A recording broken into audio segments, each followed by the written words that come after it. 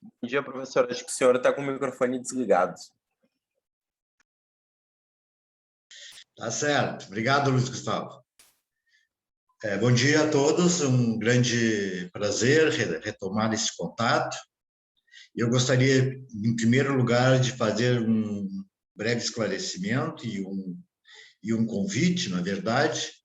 Na semana que vem, no dia 10, nós vamos ter a nossa aula presencial. Os alunos que eventualmente tiverem interesse em participação desta aula presencial, e no máximo eu poderia confirmar a presença de 33 alunos, conforme foi me designado, informar que este convite está sendo formulado através de inscrições que podem ser feitas, certo? Diretamente no Moodle, onde eu tenho ali um determinado tópico que vai referir acerca das inscrições para esta aula. Então, eu gostaria que todos que tiverem interesse já antecipadamente providenciassem nas suas inscrições, certo? Para que na próxima aula, se Deus quiser, a gente possa se encontrar. Certo, pessoal?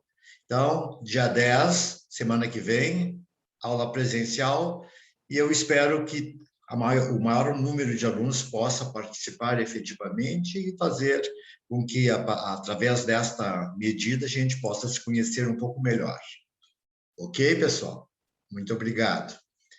De qualquer sorte, vamos dando prosseguimento à nossa disciplina, relembrando antes, porém, que nós estamos analisando as questões vinculadas ao direito processual civil internacional, mais apropriadamente a disciplina jurídica que define a competência e a jurisdição do juiz nacional frente à aplicação, por exemplo, de um direito estrangeiro.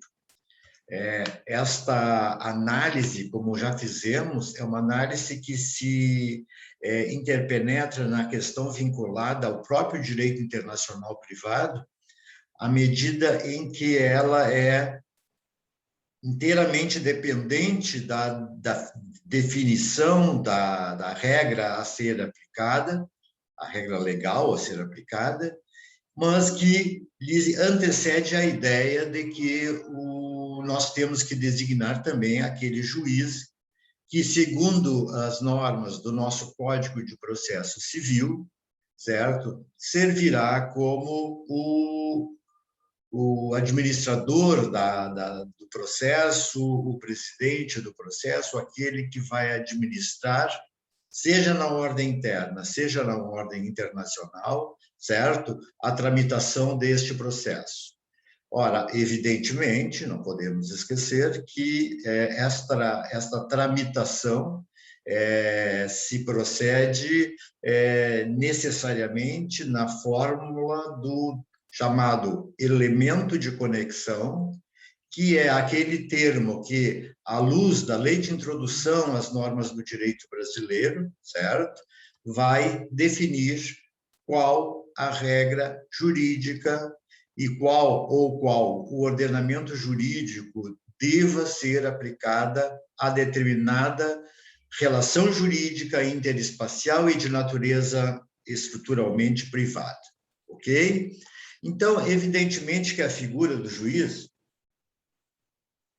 nesta consonância, é por demais importante. O juiz, na verdade, é aquele que vai dizer o direito aplicável.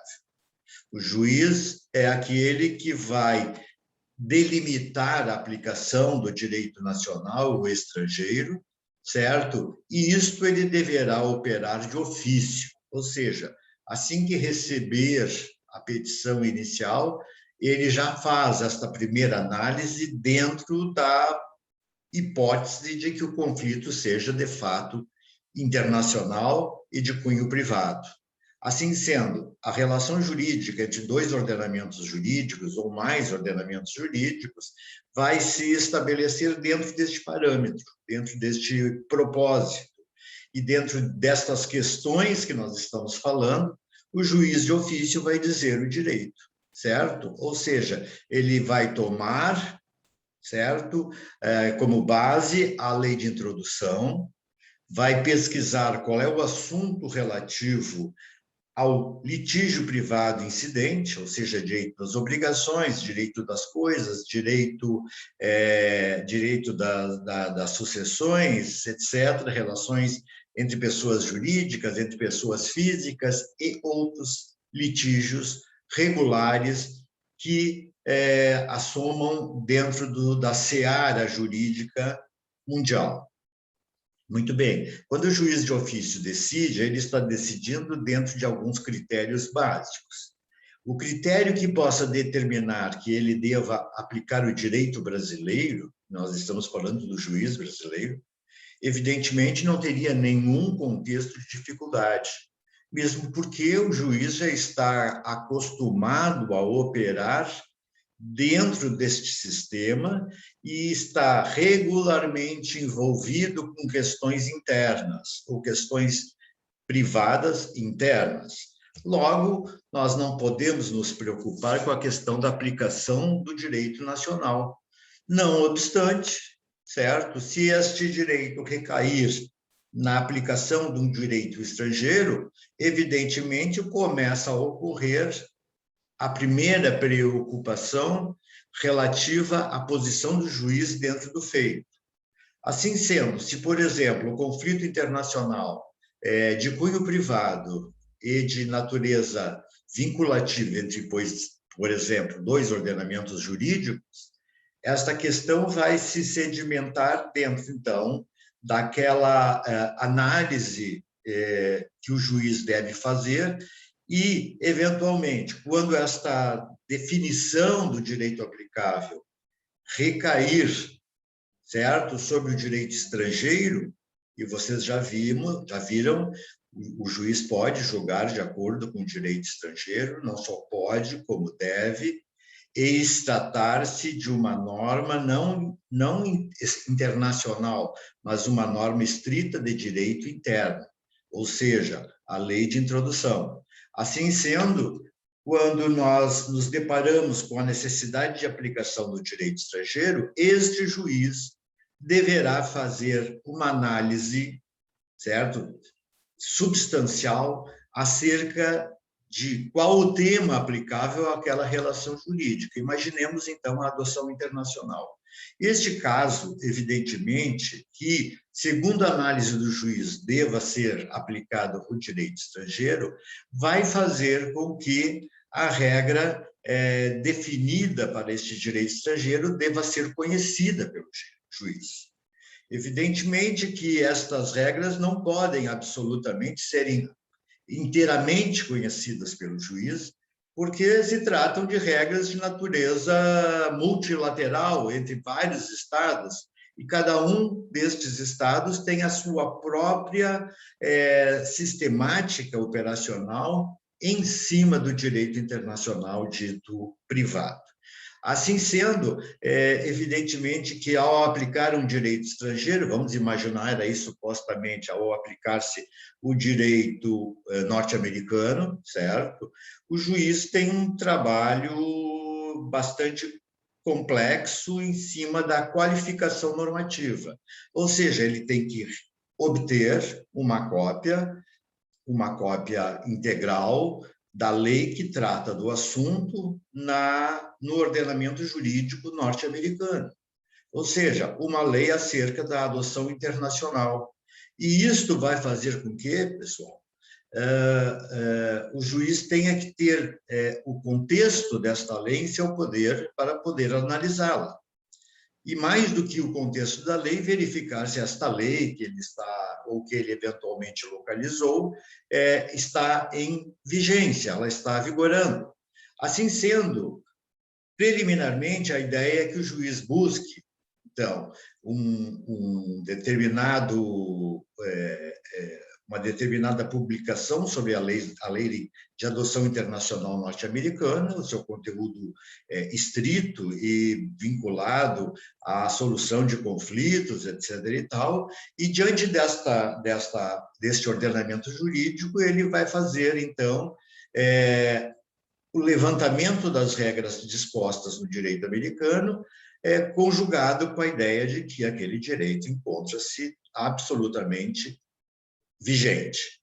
Assim sendo, obviamente que o juiz, diante de um direito, por exemplo, norte-americano, até pode conhecer o idioma inglês e pode até ter uma certa familiaridade com o direito inglês, o direito americano.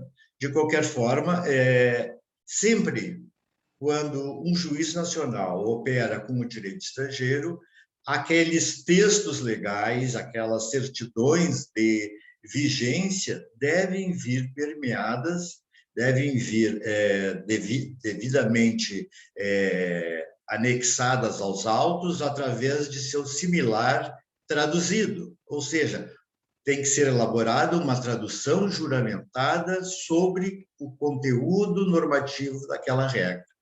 Ou seja, transformação, então, do direito americano, transcrito no direito inglês, em direito americano, desculpem, e que vai ser vertido para o vernáculo do português, a fim de que o juiz possa ter tranquilidade na análise substancial do direito americano, porque está realmente entendível diante do idioma que foi devidamente vertido para o português.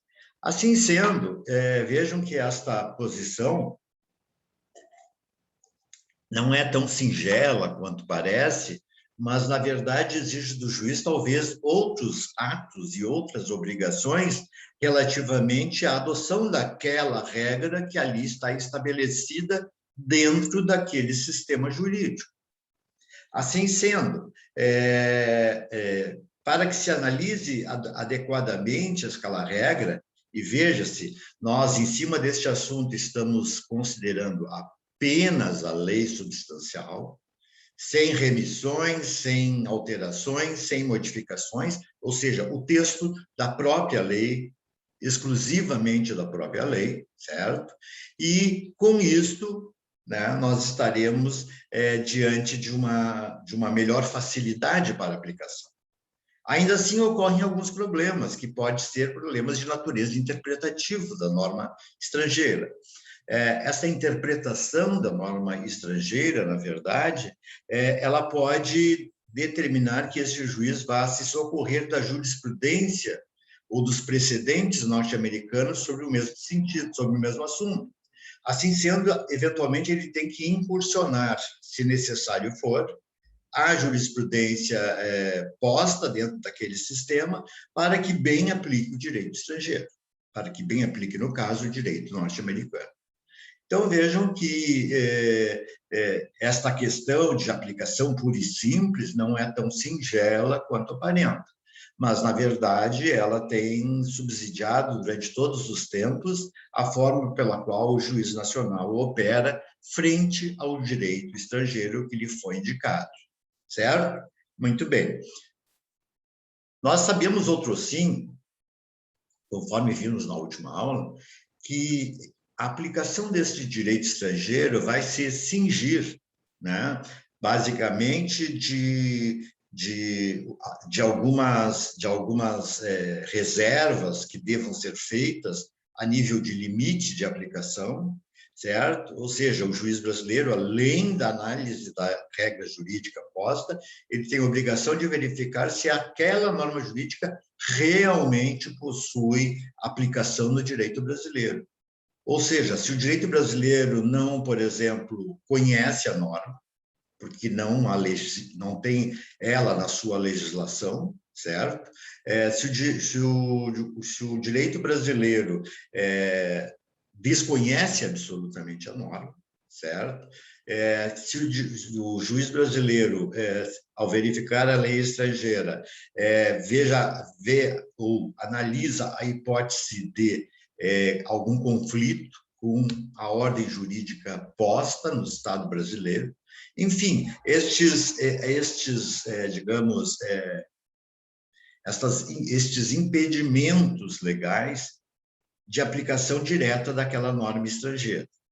Ora, pessoal, isto é uma matéria que deva ser bem elaborada, porque, na verdade, na forma da lei de introdução, e aqui eu trouxe um pequeno texto da lei de introdução, na forma da lei de introdução, mais precisamente do artigo 17, nós vamos ver que a limitação se encontra patente dentro do sistema jurídico brasileiro e que obriga, evidentemente, a análise, digamos, preliminar do juiz. E diz o artigo 17, pessoal, as leis, os atos, as sentenças e qualquer declaração de vontade de outro país, ou seja, as regras jurídicas de outro país, certo? Não terão eficácia no Brasil. Vejam, então, aqui já está estabelecido, né, um bloqueio à aplicação do direito estrangeiro, porque alguns atos, sentenças ou leis, assim como declarações de vontade, na verdade, se operam com a incidência de alguns elementos impeditivos, que não admitem a aplicação do direito estrangeiro. Assim seja, não terão eficácia no Brasil quando ofenderem a soberania nacional, a ordem pública e os bons costumes. Em primeiro lugar, nós poderíamos concentrar este tripé aqui de relações, que é a ordem pública, a soberania nacional e os bons costumes, num só elemento, ou seja, respeito estrito pela ordem pública. Ou seja, o que é a ordem pública? Aquele manancial de situações que incidem sobre o nosso ordenamento e que, eventualmente, possam ser consideradas como regras que afrontam o nosso ordenamento ou que mesmo sejam absolutamente desconhecidas perante o nosso ordenamento, para as quais, então, nós não teríamos condições de aplicar o chamado ou suposto direito estrangeiro. Assim, a ordem pública se condiciona e se subdivide em soberania nacional e bons costumes. Tudo é ordem pública, né? É aqueles elementos culturais que incorporam-se no sistema jurídico nacional e que são essência deste sistema, tanto ao nível cultural, quanto ao nível religioso, quanto ao nível social, quanto ao nível político. Este grupo de elementos que vão determinar a formação do direito nacional não podem ser objeto de violação, porque a violação destas regras conduzirá à inaplicabilidade daquele direito. E aí o juiz, diante destas possibilidades, o que fará ele? Ele simplesmente não aplicará o direito estrangeiro e verificará, então, a efetiva necessidade de aplicar o próprio direito nacional, que nós denominamos de lex fori, ou seja, o direito concernente àquele Estado em que o juiz está a presidir a questão litigiosa, certo?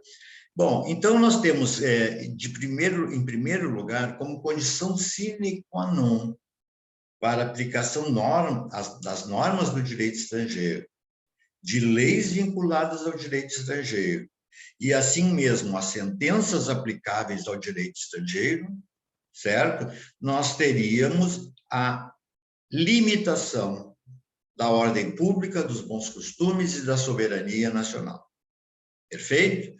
Então, esta é uma referência que é complementar à análise pelo juiz.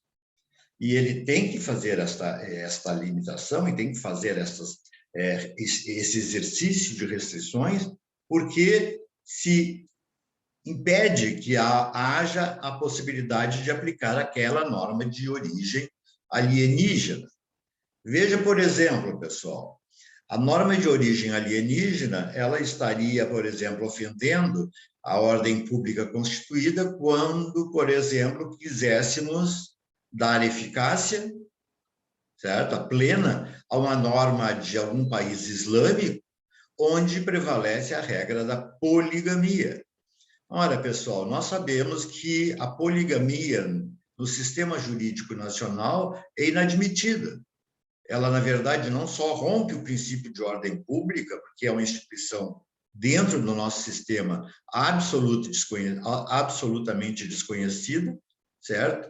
Como ainda ela é afronta direta aos bons costumes, como nós os concebemos dentro do nosso sistema. Então, vejam, eu trouxe aqui um exemplo, evidentemente, sintético, que vai determinar ou vai inviabilizar a aplicação do direito estrangeiro. E esta é outra referência que o juiz nacional deva definir como aplicável ou inaplicável para dar seguimento ao processo. Ou seja, condição sine qua non para que o processo, diante da aplicação do direito estrangeiro, possa prosseguir ou não prosseguir. Reitero que, não podendo prosseguir, por tratar-se de norma violadora da ordem pública, isto ocorrendo, vejam bem, ele terá necessariamente que aplicar o direito da lex fori, ou seja, o direito nacional que ele preside como juiz, ou seja, o direito brasileiro. Assim sendo, nós temos alguns outros sedimentos de impedimentos, como a fraude à lei, e entre outros atos que nós já, inclusive, encaminhamos informações a vocês pelos slides, que nós gostaríamos que vocês dessem uma lida e refletissem acerca deste assunto. Muito bem, pessoal.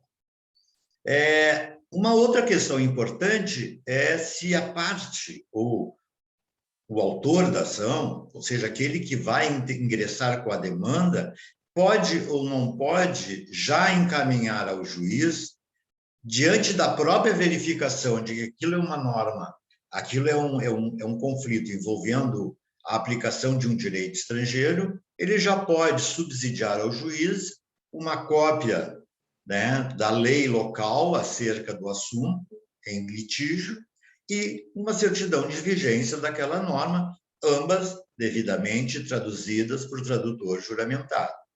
Diante desta análise, diante desta providência da parte, nós vamos entender, então, que essa providência é uma providência que se mostra amplamente favorável à parte na demonstração de um ato de cooperação com o juiz nacional e definição do próprio conhecimento pelo operador do direito acerca dos princípios básicos do processo civil internacional e do direito civil internacional como um todo, certo?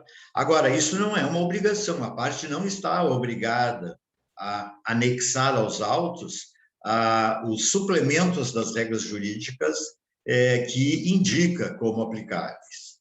Assim sendo, evidentemente que, repito, o ato compete ao juiz de ofício, né? Mas, se a parte colabora com o juiz, evidentemente que ele vai agradecer, com grande certeza, certo?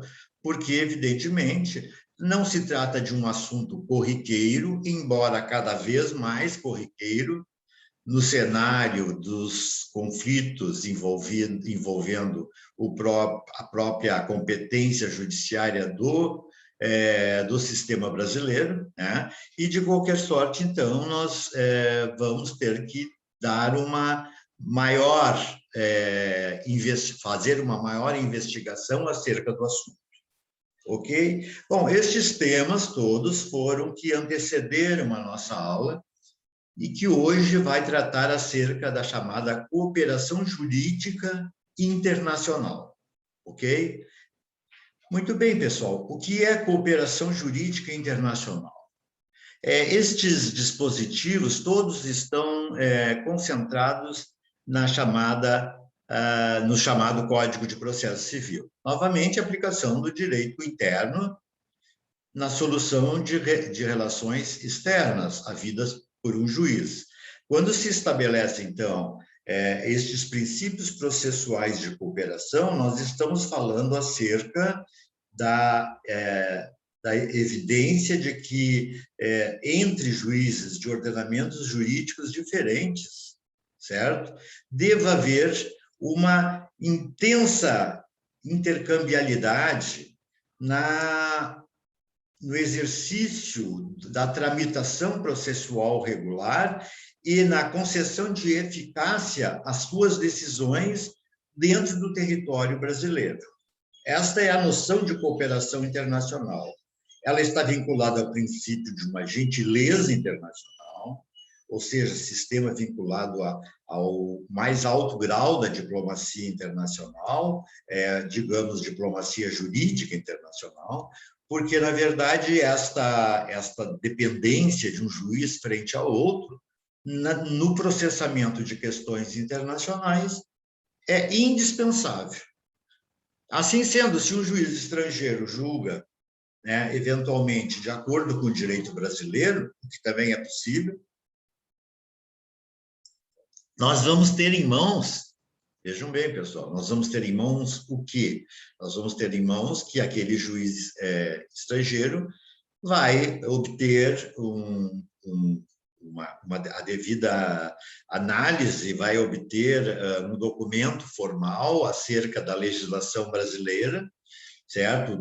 Relativo ao assunto em litígio, ele vai receber uma cópia autenticada, devidamente traduzida por tradutor juramentado, e de uma certidão de vigência daquela norma, e o juiz, vamos imaginar, cientificado das razões pelas quais o direito estrangeiro é o aplicado, então ele tem que aplicar aquele direito, evidentemente ele vai estar em condições de dar o prosseguimento regular ao feito. Ocorre que o juiz estrangeiro, até para iniciar o seu pronunciamento judicial, ele deverá citar a parte, certo? A primeira atitude é a citação da parte. E no sistema jurídico brasileiro, a citação da parte, pessoal, só se procede através de cartas rogatórias.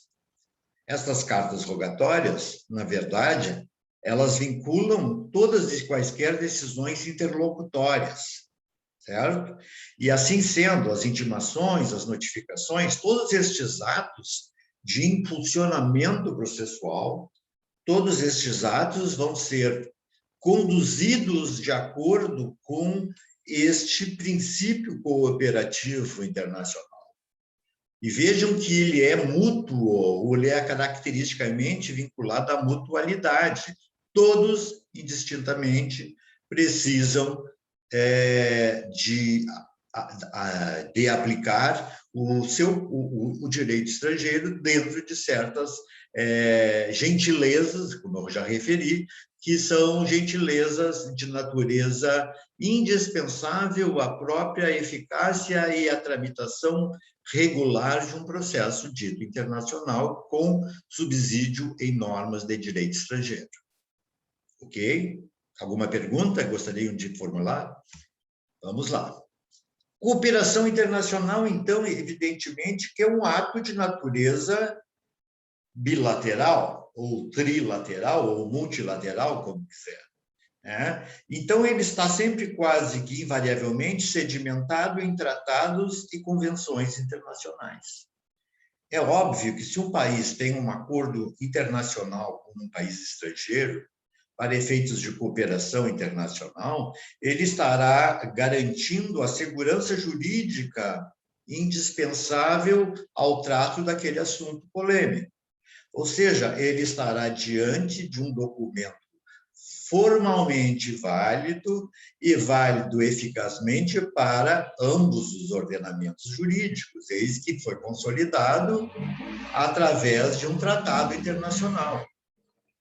Tratado internacional que vai regulamentar, de uma maneira uniforme as regras sobre um determinado assunto. Imaginem, a regra sobre a adoção internacional, seja no Brasil, seja no país exterior, que seja a França, seja a Alemanha, etc. e tal, e que são elementos que vão garantir ao juiz que aquela regra, que, aliás, ela incorpora-se ao direito brasileiro, eis que uma norma em vigor no Brasil, face a um tratado ratificado, certo?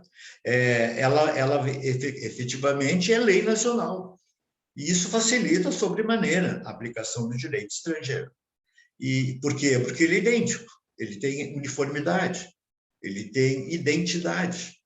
Então, vejam que todo princípio de cooperação, de uma maneira, vamos supor, garantidora da eficácia de sua aplicação, deverá estar devidamente ponderado, praticado e exercido através de uma efetiva relação com tratados e convenções internacionais.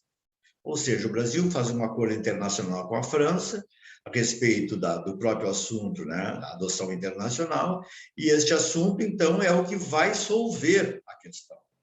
Porque se há um tratado internacional que regula o assunto, nós não teremos muito o que fazer, a não ser analisar o conteúdo deste tratado, que, aliás, está em vigor e faz parte também do repertório legislativo brasileiro.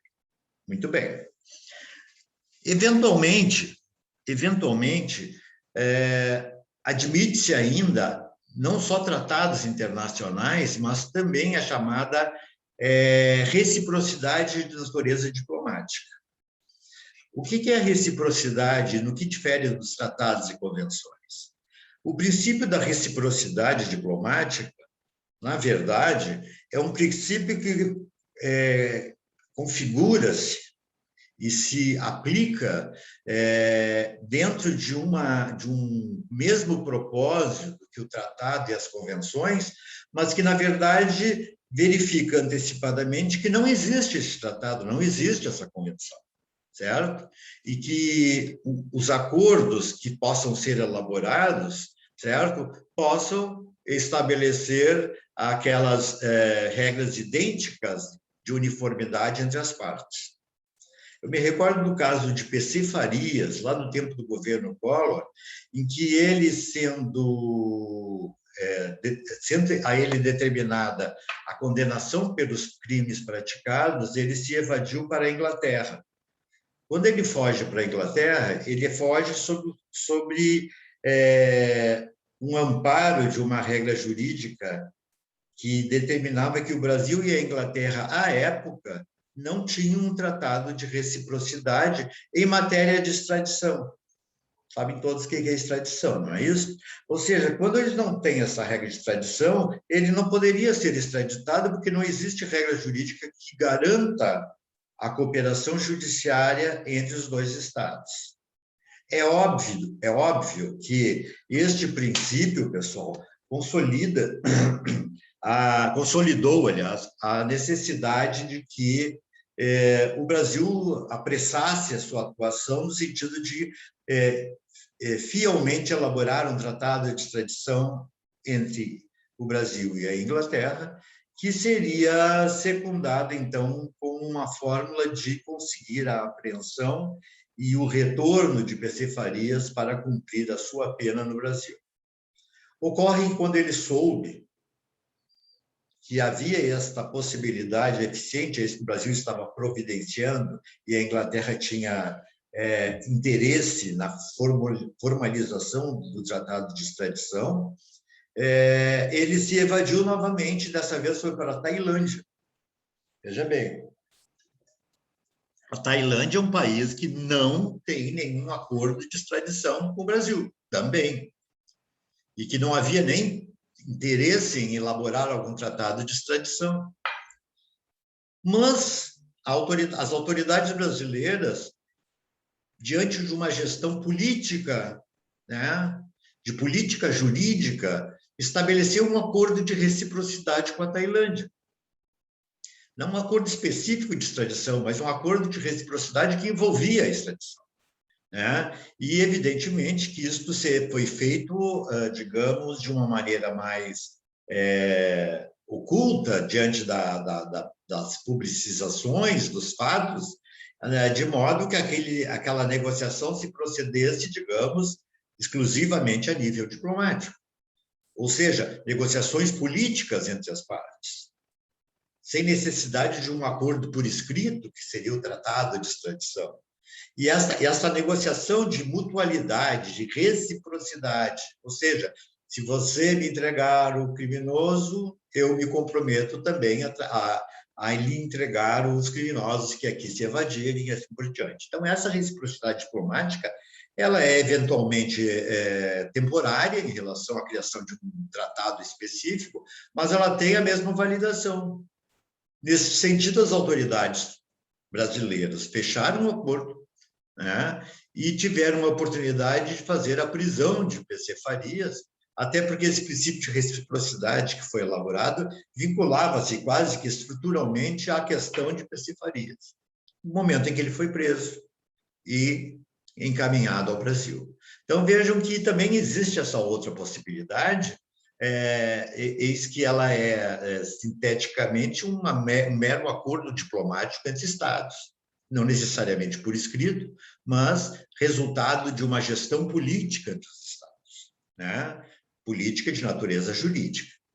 Então, vejam, estes regulamentos que estabelecem a cooperação jurídica internacional ao nível de reciprocidade, não ao nível de tratados, eles, na verdade, excluem, ou seja, dizem que não é necessária qualquer tipo de acordo de reciprocidade em relação à homologação de decisões estrangeiras. Ou seja, como a homologação a antiga homologação de sentenças estrangeiras, hoje, homologação de sentenças, de decisões estrangeiras, estas determinações, elas são vinculadas não a um tratado propriamente dito, mas elas são estabelecidas por um princípio geral do direito internacional, que regula que todas as decisões judiciárias devam ser aplicadas efetivamente em quaisquer territórios de estados que não possuem tratados ou acordos de reciprocidade, mas que vincula este princípio como necessário, indispensável para o prosseguimento até dos processos, né, e a garantia da aplicação efetiva da justiça. Então, vejam, em homologação de decisões estrangeiras, nós não vamos encontrar a necessidade antecipada de que se faça um tratado ou um acordo de reciprocidade. Ok? É claro que nesses acordos de reciprocidade, seja por tratados, seja por outra fórmula qualquer, esses acordos não podem admitir atos contrários ou que sejam incompatíveis com as normas do nosso direito, porque isto vai configurar o que falamos antes. Novamente, a aplicação do artigo 17 vai envolver a violação de normas de ordem pública, bons costumes e soberania nacional, que são inaplicáveis no Brasil, certo? Muito bem, então esta cooperação sempre será na fórmula e de acordo com as normas estatuídas no nosso sistema interno. Não estou falando em identidade, eu posso até falar de similaridade, ou seja, normas similares que possam ser aplicadas em substituições aquelas que, a princípio, não são reconhecidas, mas que têm o mesmo objetivo. Um exemplo disso, eu posso usar o caso da chamada garantia de família, o bem de família. Vocês já sabem o que é bem de família. O bem de família é uma norma constante da legislação brasileira, através da qual nós conseguimos preservar o patrimônio familiar contra atos como a penhora, o arresto, o sequestro de bens, etc. e tal. Eles são, então, incomunicáveis, eles são inalienáveis, eles são de natureza de impenhoráveis, e, como tanto, aqueles bens estão resguardados. O sistema europeu, por exemplo, não conhece este instituto de direito de família, né? Que é o Instituto do Bem de Família. Não obstante, ele tem aplicado as regras constantes do bem de família, vinculando a um outro provimento, a um outro regulamento de ordem externa, ou seja, dentro daquele ordenamento jurídico, que se chama usufruto. Então, eles têm substituído o bem de família por usufruto como se isto fosse a consolidação também de um usufruto garantidor da não alienabilidade daqueles bens. Então, vejam, a similaridade já autoriza também, e vejam, com cautela tem que ser utilizada, né? Ela autoriza, então, a aplicação de um princípio desconhecido numa ordem externa por ter um outro similar, né, naquela mesma ordem externa. Ok? Muito bem. Bom, para administrar, eu antecipo a vocês que essas disposições aqui que estamos analisando, elas são regras jurídicas fixadas, basicamente, certo? Pelo novo Código de Processo Civil de 2015, eis que não havia um similar também anterior, lá no Código de Processo Civil de 73. Essas regras, então, elas estabeleceram um princípio mais ou menos comum a nível internacional. O princípio de que todos os países devem ter uma espécie de administrador central que vai receber e que vai transmitir as ordens de cooperação internacional. Esta pessoa no Brasil, segundo o nosso CPC, foi determinada a ser o Ministério da Justiça, ou o Ministro da Justiça. Esta chamada autoridade central, que no Brasil é o Ministro da Justiça, ou o Ministério da Justiça, esta ordem, ela está gravitando, pessoal. Ela está gravitando, então, na ideia de que todos os países entre si se intercomunicam mediante a utilização desta autoridade central. Embora no Brasil seja o Ministério da Justiça, em outros países podem ser outros organismos, sem nenhum problema, desde que tenham os mesmos objetivos da autoridade central brasileira.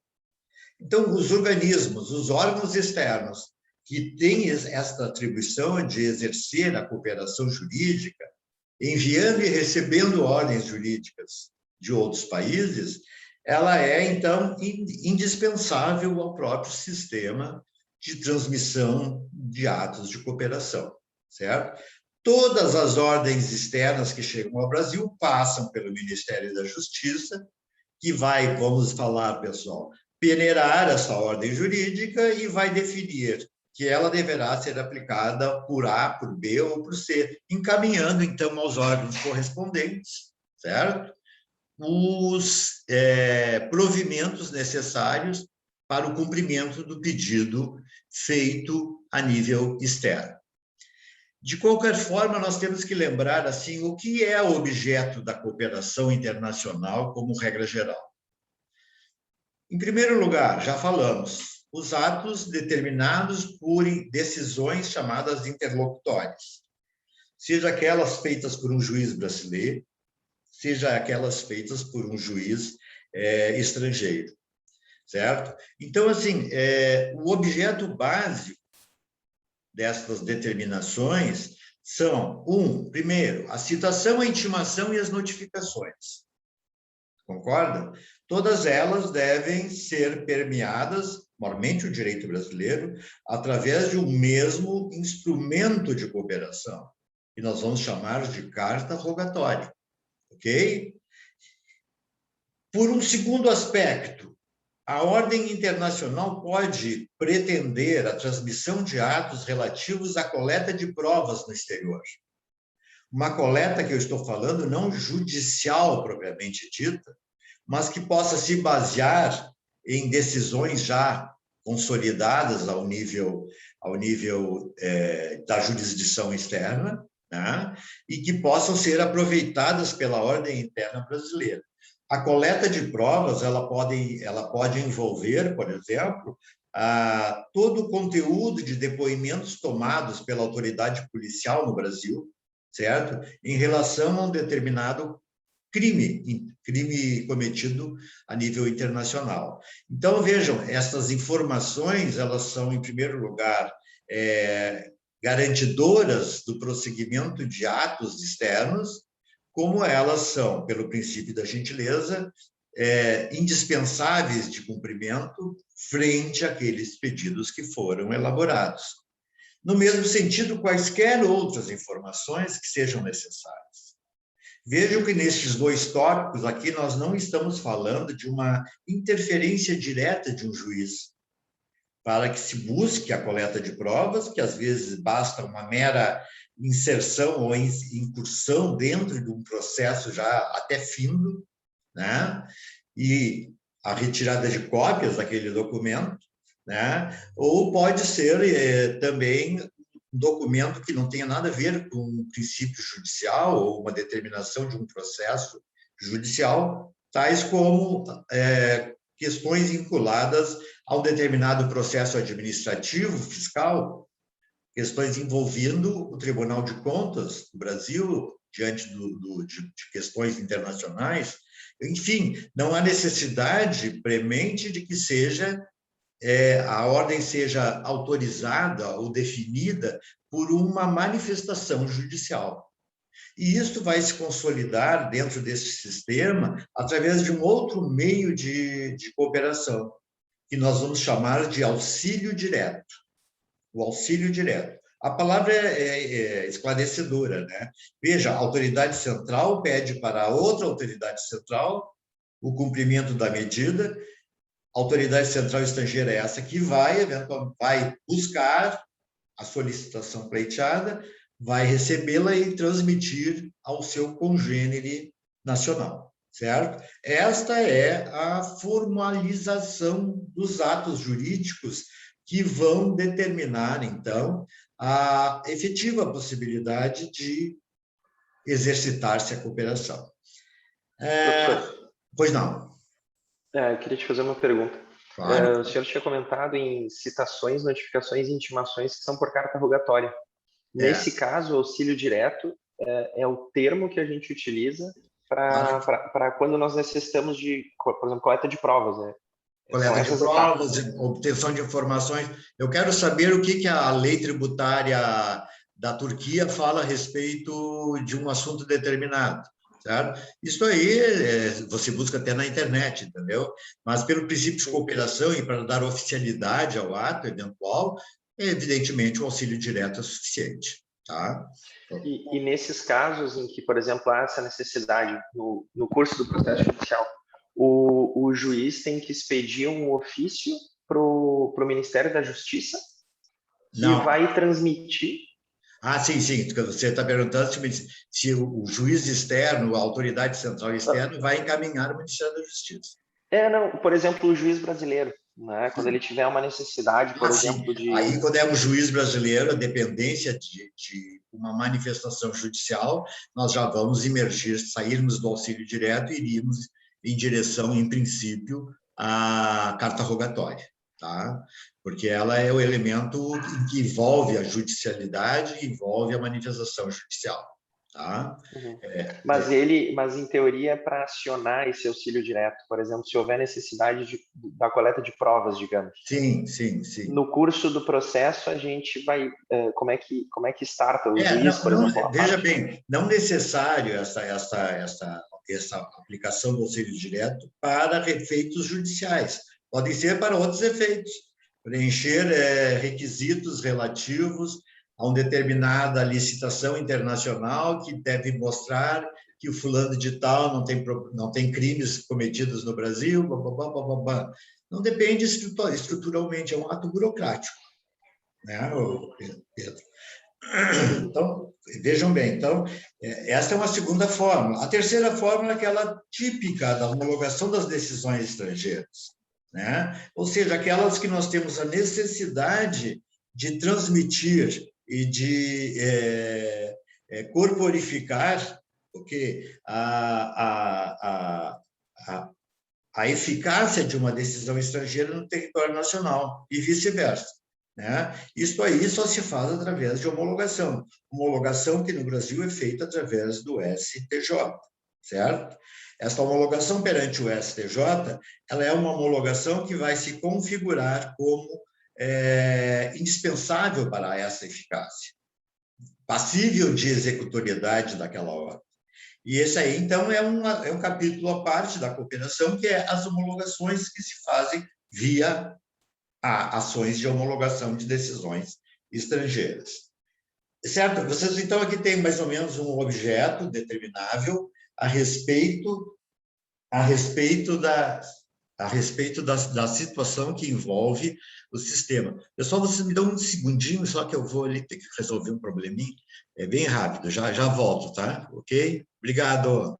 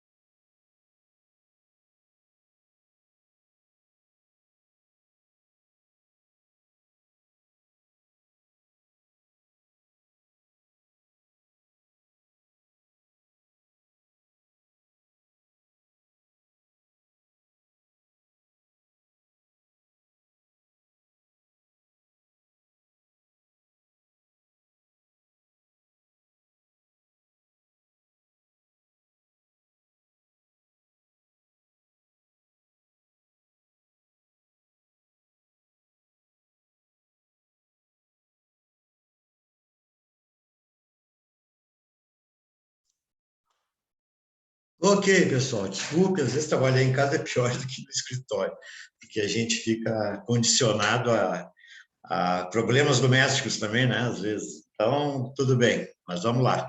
Acontece. Esses Acontece, dias entrou meu filho pulando na tela. Por isso que eu estou no escritório, fugir. Até o cachorro entra, é bravo. Bom, mas vamos lá, pessoal. Então, vocês vejam, essas questões envolvendo o objeto, elas vão até, por exemplo, a obtenção de medidas judiciais de urgência. Evidentemente que essa vai ter um cunho judicial, diretamente, porque o juiz está emitindo uma ordem externa que deva ser cumprida de uma maneira cautelar e urgente, né? Essas assistências judiciárias internacionais, evidentemente, elas só podem ser elaboradas através de cartas rogatórias, certo? Por incrível que pareça. Nem necessariamente elas vão envolver a homologação de uma decisão, mas se ela tiver um conteúdo vinculado à necessidade de homologação daquela decisão, nós vamos falar em homologação de decisões estrangeiras.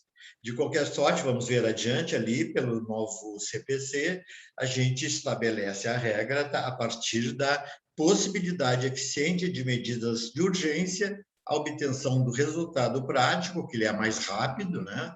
Através das cartas rogatórias. Esse assunto ainda é polêmico a nível do STJ, mas é um assunto que vem sendo dado o devido provimento. Ainda outro objeto destas determinações de assistência judiciária são consubstanciadas também na ideia de que se aplique através de solicitações da Autoridade Central Brasileira à Autoridade Central Estrangeira a pedido de assistência jurídica ou até indicação de um procurador, de um advogado no exterior, que são elementos necessários para que se viabilize a proposição de uma determinada ação judicial porque a parte, eventualmente, não tem condições de sustentar os ônus de um processo internacional que podem ser muito caros, né?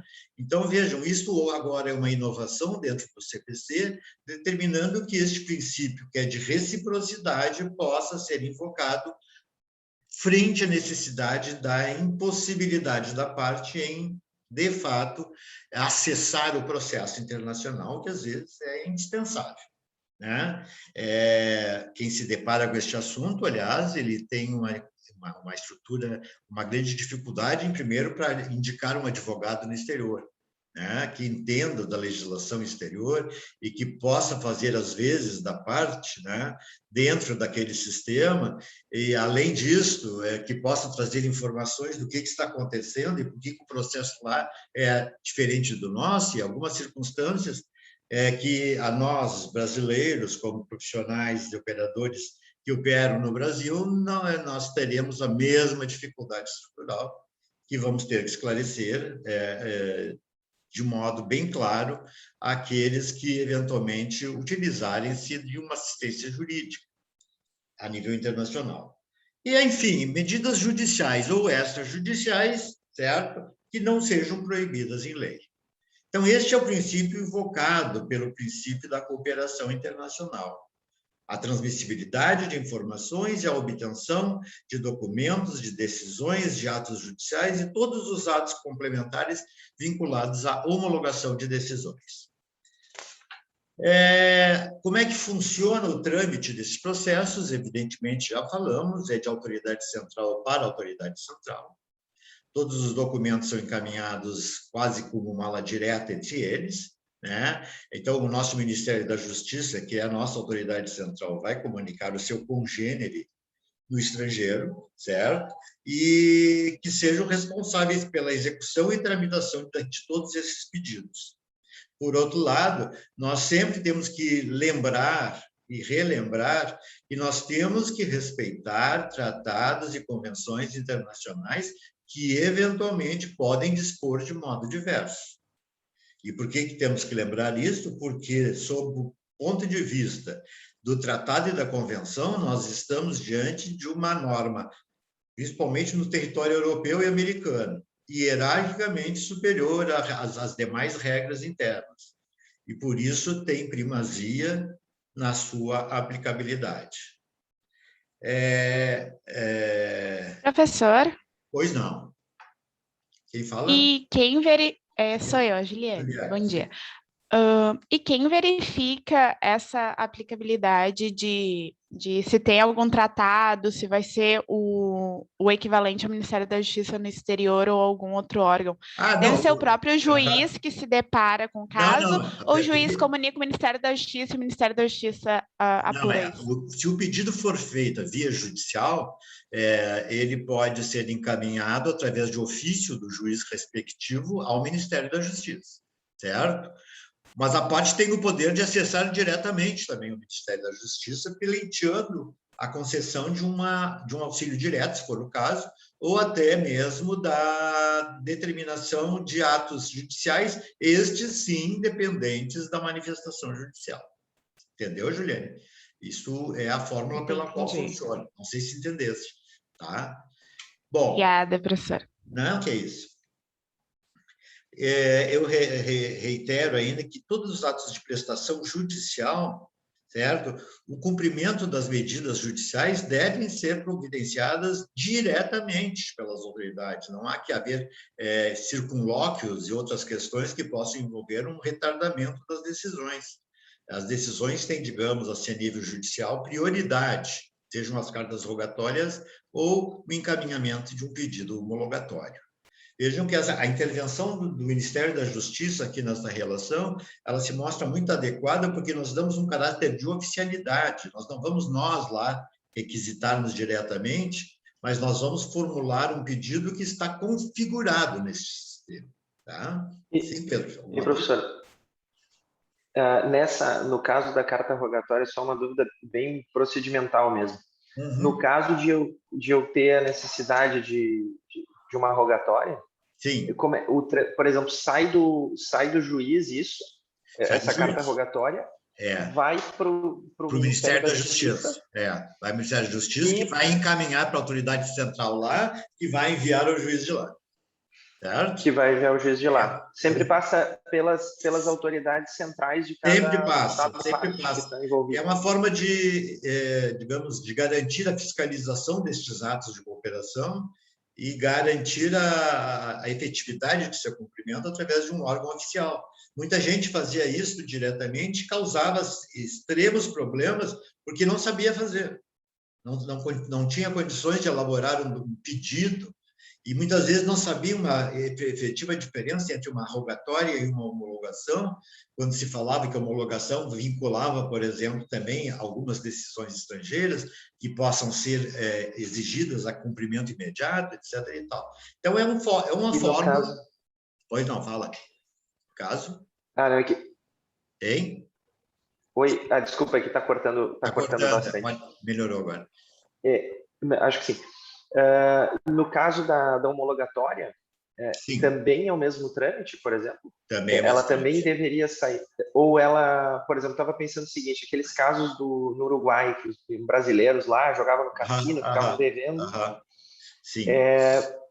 Por exemplo, para homologar, tu teria que contratar, digamos, o cassino uruguaio teria que contratar um advogado brasileiro para entrar com uma ação de homologação? Ou isso é um ato que pode ir direto do Uruguai para o Ministério da Justiça e para o STJ? Temos os dois caminhos. Tu pode encaminhar diretamente, tá? Aí tu vai ter que juntar as peças, as coisas, e encaminhar diretamente para o Ministério da Justiça. Ou tu pode pedir ao juiz que oficie o Ministério da Justiça para os mesmos efeitos. Me parece que, quando depende de manifestação jurisdicional, evidentemente, o mais prático seria requisitar ao juiz, tá? Que oficie, mas a parte tem o poder também de fazer isso. Tá? Então, o juiz uruguaio... perdão. Sim. O juiz uruguaio oficiaria o Ministério da Justiça brasileiro. O Ministério da Justiça do Uruguai que vai encaminhar ao Brasil. Sim, perfeito. Vai encaminhar ao Ministério. E este vai encetar o princípio da transmissão da informação. Esse é o caminho, ok?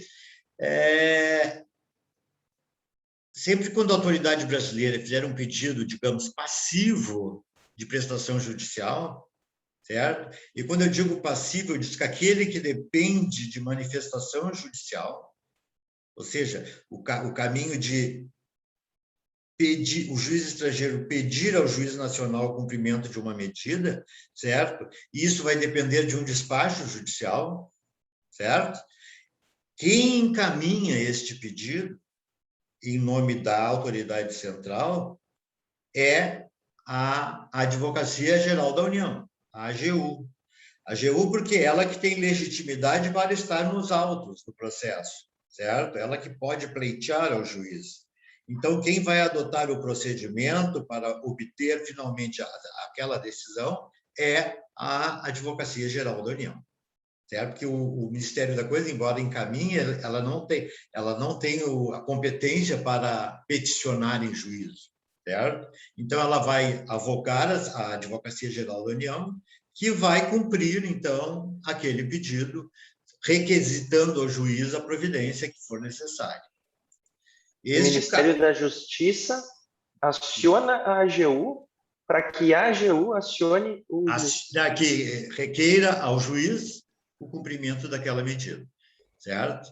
Porque nós temos que ter alguém habilitado judicialmente para poder requisitar diante do juiz. Aqui, no caso, é a AGU, tá? Mas, no caso, aí nesse nosso exemplo da homologação em que o Ministério da Justiça uruguaio oficiou o Ministério da Justiça brasileiro, sim, que, por sua vez, aciona a AGU, que, por sua vez, oficia... Isso.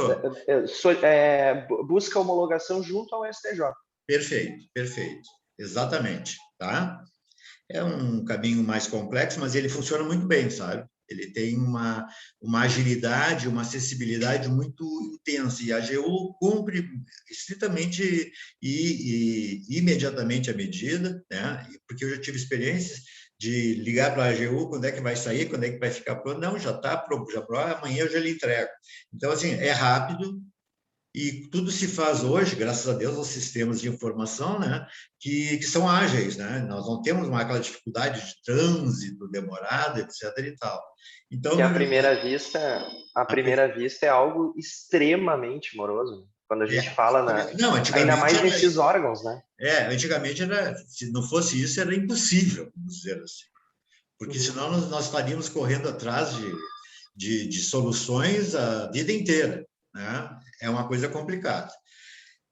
E quando, por exemplo, o procedimento vincular questões de natureza criminal ou de natureza vinculada a direitos, interesses difusos, como ambiental, por exemplo. A autoridade central aí se modifica, não é mais o Ministério da Justiça. Aí é o Ministério Público, certo? Quando se tratar de questões envolvendo competência do Ministério Público, a autoridade central é o Ministério Público. Essa é a única exceção à regra, certo? E o Ministério Público é que vai acionar o juiz para requisitar a providência respectiva. Então, vejam que nós temos duas facetas, uma mais nas ações cíveis, né, e as ações envolvendo questões de natureza de direito privado, enquanto a outra mais na área do direito de interesse público, que há a intervenção do Ministério Público em todas as questões. Onde é que é executada essas medidas? Vamos ver se tu imagina, Pedro. Onde é que é executada esta medida? Ele vai encaminhar para aqui. Qual é o imagino juiz? Que do domicílio do réu, eu imagino. Não. O STJ deve... O juiz estadual, federal, municipal, do trabalho. Qual é o juiz? Qual é a justiça? A medida judicial... eu imagino que depende da competência. Eu imagino que seria estadual, não? Não. Porque teria que ser federal, né? É federal. A medida de cumprimento rogatórias e depois o cumprimento, eu estou falando de execução, né? E o cumprimento das decisões estrangeiras é procedida na Justiça Federal, certo? Nós temos algumas exceções à regra quando a questão se envolve diretamente matéria de direito trabalhista, certo? E que hoje teve a sua competência alargada, você sabe, né?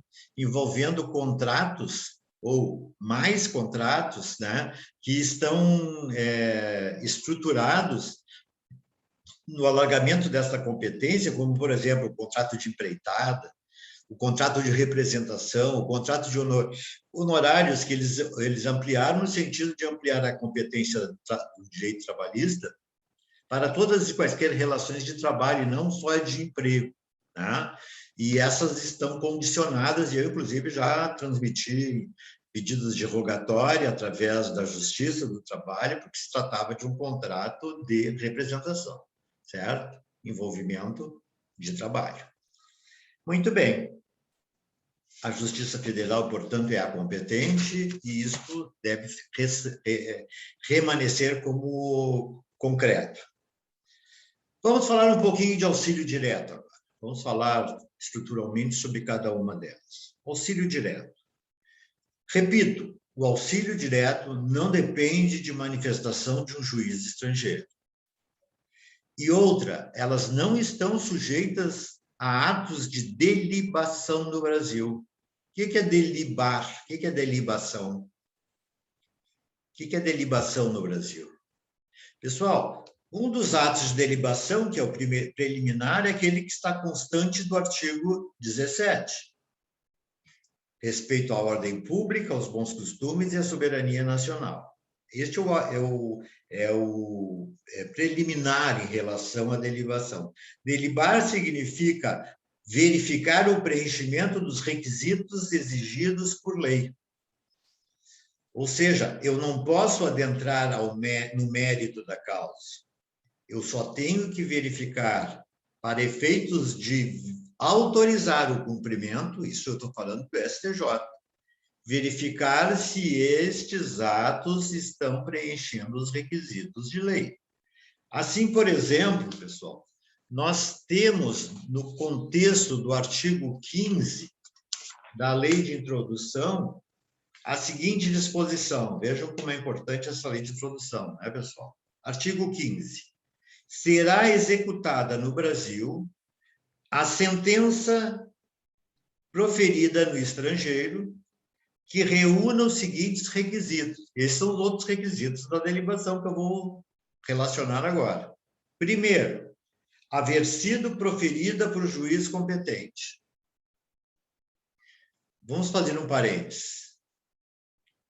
Qual é a competência exclusiva do juiz brasileiro? Alguém se lembra ainda? Qual é a competência exclusiva do juiz brasileiro? Questões relacionadas com a situação dos bens. Situação dos bens. Tá?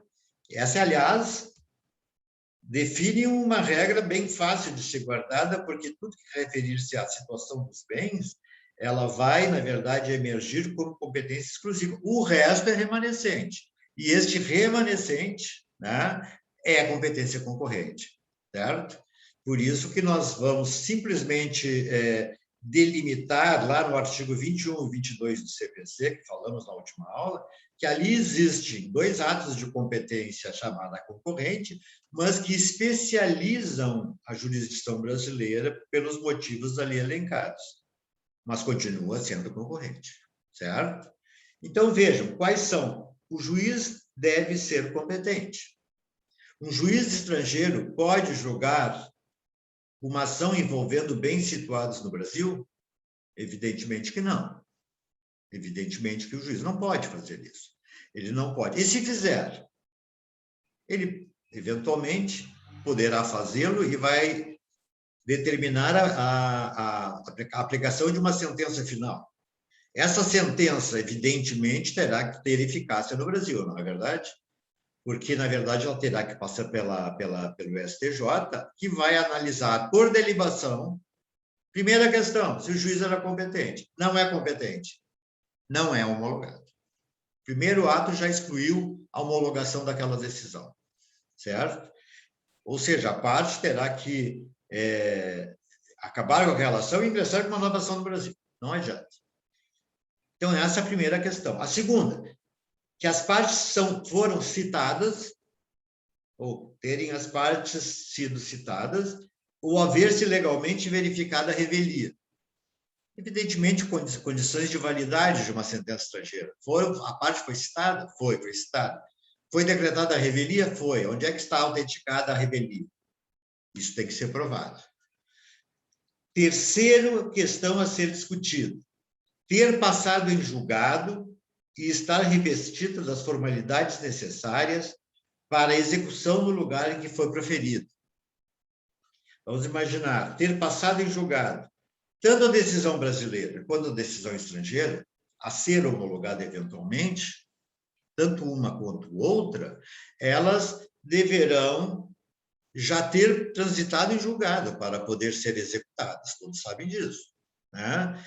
Ocorre que o trânsito em julgado da decisão estrangeira, na origem, deve ter sido perfectibilizada, ou seja, se lá pudesse ser executada, ela já teria plenas condições de ser executada.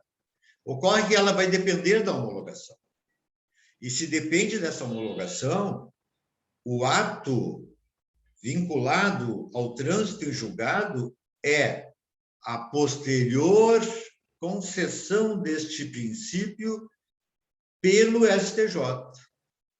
Ou seja, a eficácia de uma sentença trânsito em julgada estrangeira, sob análise do STJ, ela é procedida a partir do momento, certo, em que houve efetiva homologação. Ou seja, a homologação induz a coisa julgada estrangeira. Então, vejam, entre os 2 parâmetros que nós dissemos, qual é que vai prevalecer na espécie, não é isso? Vai prevalecer a que primeiro transitou em julgado. Se for a brasileira, exclui a estrangeira. Se for estrangeira, depende da homologação. E só depois da homologação é que ela vai transitar em julgado para efeitos de executividade interna.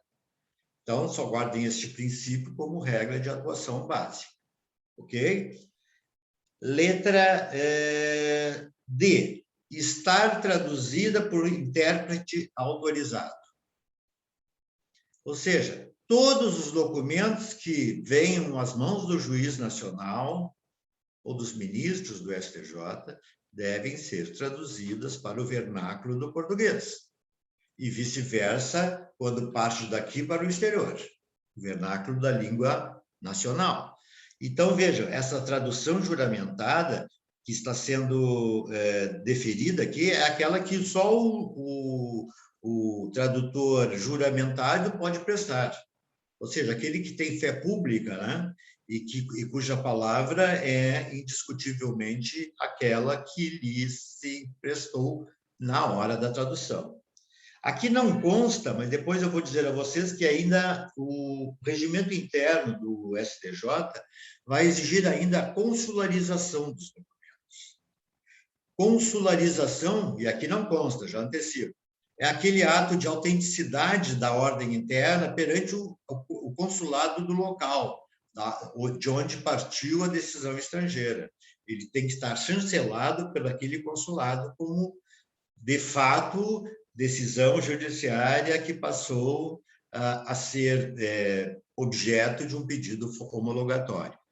Repito, aqui não está constante no artigo 15, mas é uma das exigências do regimento interno do STJ. Hoje pode apostilar, né, professor? Hein? Eu não sei se tem Hoje pode apostilar, efeitos. Exatamente. Eu ia começar tem a falar. Os mesmos efeitos, né? Exatamente, tem os mesmos efeitos, sem problema nenhum. E, finalmente, aqui consta ainda no texto da lei de introdução, ter sido homologada pelo Supremo Tribunal Federal. Ora, evidentemente que essa disposição já foi revogada, né? Ela não se aplica atualmente, porque essa competência foi transferida para o STJ, e não mais do Supremo, certo? De qualquer forma, todas as edições de leis que eu tenho visto, elas fazem a referência, né, da revogação e outros atos. Artigo 101, número 1, letra I da Constituição Federal. Professor, se porventura eu tiver uma decisão, eu buscar homologação, tá? Enfim, o protocolo para obter no STJ homologação, e depois do meu protocolo transita em julgado a outra ação que estava tramitando no Brasil, a do Brasil vai ser considerada vai prevalecer a brasileira. Vai prevalecer. Aí basta uma petição lá ao STJ para dizer que aquela ali já era, né? Não mesmo pode... que já tenha sido protocolado o pedido homologatório. Mesmo que tenha sido protocolado. A decisão é que vai fazer a coisa julgada, certo? Muito bem. Então, vejam, estes elementos, eu estava falando de delibação, né? Estes documentos, de fato, são os documentos indispensáveis à plenitude da executoriedade das decisões no Brasil. E no auxílio direto isso não é necessário, óbvio. Todos os atos são enviados pela autoridade central para outras autoridades centrais, brasileiras ou estrangeiras, e o pedido, é claro, deve ser, evidentemente, autêntico. Autêntico no sentido de ser traduzido por tradutor juramentado, também isto é um impositivo legal. Qual é o objeto deste auxílio direto em termos concretos? Em primeiro lugar, toda e qualquer informação sobre a lei nacional, estejam elas em processos judiciais ou administrativos, em processos findos ou em processos em curso. Vejam, quando se pede uma informação de natureza processual, por exemplo, judicial, nós não necessitamos de um despacho judicial, nós necessitamos apenas de uma coleta de provas dentro dos autos. Em princípio, os processos são públicos, né? E assim sendo, nós, evidentemente, não necessitamos da anuência judicialiforme. De qualquer forma, os procedimentos administrativos, seja na esfera da Receita Federal, da Procuradoria-Geral da União, todos os processos administrativos que circulam dentro do sistema administrativo também são objeto deste pedido de auxílio direto, independentemente também, claro, de qualquer manifestação judicial. A terceira é a coleta de provas, que nós falamos anteriormente também, que é uma coleta que se procede dentro do espírito de decisões que já foram devidamente consideradas e que eventualmente também não dependam de uma autorização judicial. É evidente que nestes casos aqui de coleta de provas, nós só não podemos admitir, a nível de coleta, aquelas que estão delimitadas através de processos em curso no exterior e que seja de competência exclusiva do juiz brasileiro, que vocês já sabem qual é. Essas não se admite auxílio direto, porque aí haverá um outro problema a ser enfrentado, que é da incompetência judiciária, certo? E nós não vamos dar guarida à incompetência, porque nós vamos querer aproveitar depois ao nível de defesa no pedido de homologação. E, enfim, todas as medidas judiciais e extrajudiciais que não demandem participação judiciária. O segundo tema concreto que se vincula à análise da cooperação jurídica internacional, as chamadas cartas rogatórias. As cartas rogatórias são estruturalmente objeto de cooperação jurídica internacional, que são encaminhadas de um juiz estrangeiro a um juiz nacional e vice-versa, né? Vocês já sabem o trâmite, tem que passar pela autoridade central nesse meio caminho, né? E isto visa cumprir decisões interlocutórias. Assim sendo, estão previstas essas medidas a partir no artigo 237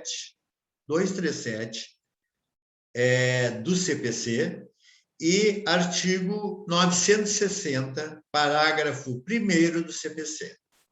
Ok? Todos os procedimentos elaborados ao nível de cartas rogatórias, eles são de jurisdição contenciosa. Ou seja, eles admitem o quê? A defesa da parte. Por que eu não quero que conceda o chamado exequatur? Exequatur é autorização para que seja executada a medida. Vejam, este procedimento, então, vai vincular a possibilidade da parte adversa, invariavelmente, claro, que vai opor-se ao cumprimento ou à definição da concessão de exequatur. E este exequatur, então, ele é uma espécie de cumpra-se, vamos dizer isso, né? Nada mais, nada menos, no jargão jurídico, exequatur, certo? Então, vejam, a jurisdição é contenciosa, e eu perguntaria a vocês, o que eu posso apresentar como defesa no cumprimento de uma carta rogatória perante o STJ? O que eu posso apresentar como defesa? Em primeiro lugar, eu não posso apresentar defesa ensejando a análise do mérito. Por quê? Porque mérito, pessoal, é questão envolvendo a jurisdição externa. E eu não posso intervir na jurisdição de outro juiz. Eu só vou analisar estruturalmente o quê? Os pressupostos jurídicos constitutivos da validade do documento. Assim, a ordem pública, os bons costumes, a soberania nacional, a autenticidade dos documentos, a inteligência da decisão, tudo isso que está configurado no regimento interno do STJ, certo? Anteriormente, na resolução número 90, hoje já incorporada ao regimento interno. É esta a defesa passível. Pessoal, a quantidade de processos encaminhados ao STJ em impugnação ao cumprimento de cartas rogatórias é imenso. E outra, a maioria deles trata de matéria de mérito. O mérito não pode ser objeto da defesa. Nós estaríamos intervindo em jurisdição alheia de um processo transitular e em julgado, né? Professor, eu não entendi. O exequatur tem que ser homologado também pelo STJ, da mesma forma? A concessão do exequatur, o cumpra-se, é procedida pelo STJ. Também. A posteriori da defesa eventual que tenha sido aplicada. O novo CPC trouxe algumas inovações neste tema, tais como uma permissão para que o exequatur seja deferido para medidas de caráter executivo, que sejam decisórios ou não.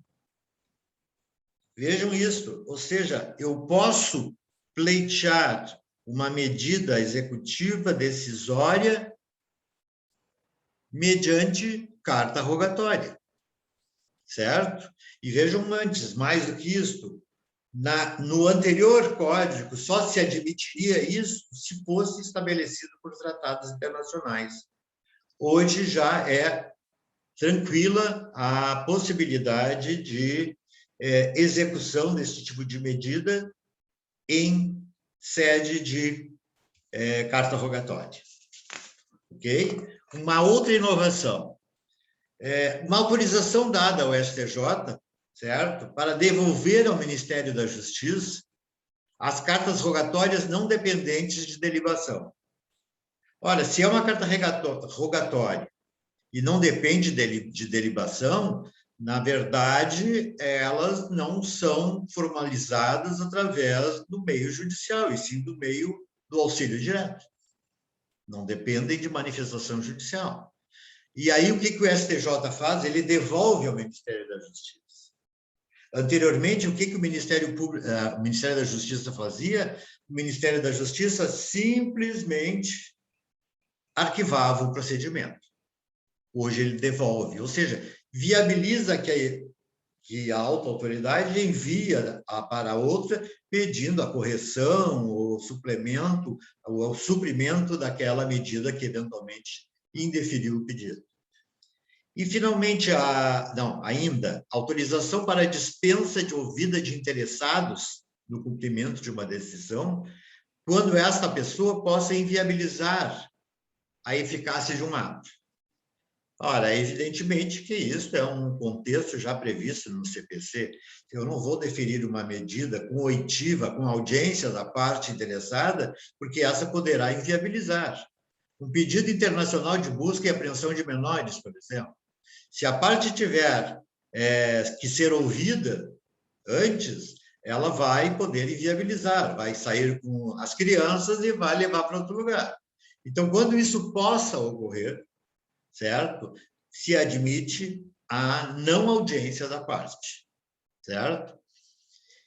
E ainda a redistribuição das cartas rogatórias, que antes eram julgadas de forma monocrática no STJ, certo? E ainda são, para julgamento pela Corte Especial do STJ, certo? Isto nos casos em que houver impugnação, houver apresentação da defesa.